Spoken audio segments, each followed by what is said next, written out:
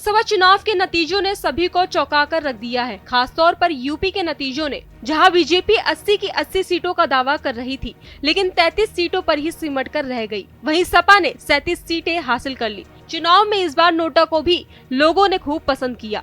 कई ऐसी सीटें रही जहां बीजेपी और इंडिया गठबंधन के बीच सीधी टक्कर देखने को मिली, तो वहीं बसपा ज्यादातर सीटों पर तीसरे नंबर पर दिखाई दी, जबकि लोगों ने नोटा का बटन भी खूब दबाया। कई ऐसी सीटें हैं जहां नोटा यानी कि कोई भी नहीं को निर्दलीय प्रत्याशियों से ज्यादा वोट मिले और नोटा चौथे स्थान पर रहा। ईवीएम मशीन पर नोटा का बटन तब दबाया जाता है जब मतदाता को कोई भी उम्मीदवार पसंद नहीं होता, यानी वो किसी को अपना वोट नहीं देना चाहता।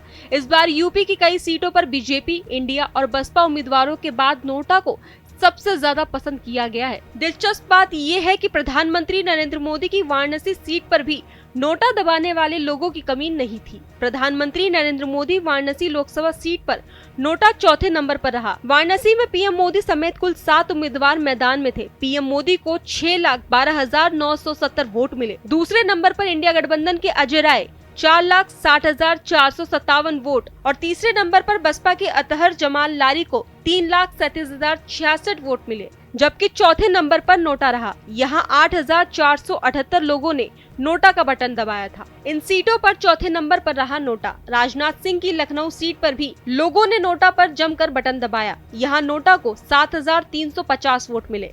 गौतम बुद्ध नगर सीट पर भी नोटा चौथे नंबर पर रहा। यहाँ पर 10,324 लोगों ने नोटा का बटन दबाया। मेरठ सीट पर भी 4,776 लोगों ने नोटा का बटन दबाया और नोटा ने 5 निर्दलीय उम्मीदवारों को पीछे छोड़ दिया। बरेली सीट पर 10 निर्दलीय प्रत्याशियों को पीछे छोड़ते हुए नोटा चौथे नंबर पर रहा। यहाँ 6,260 लोगों ने नोटा दबाया। पीलीभीत सीट पर नोटा ने 7 उम्मीदवारों को धूल चटाई। यहाँ पर 6,741 वोट नोटा पर पड़े। शिवपाल सिंह यादव के बेटे आदित्य यादव की बदायूं सीट पर भी नोटा पर 8,562 वोट मिले। सीएम योगी आदित्यनाथ के गृह क्षेत्र गोरखपुर में 10 उम्मीदवारों को पीछे छोड़ते हुए 7,881 लोगों ने नोटा का बटन दबाया।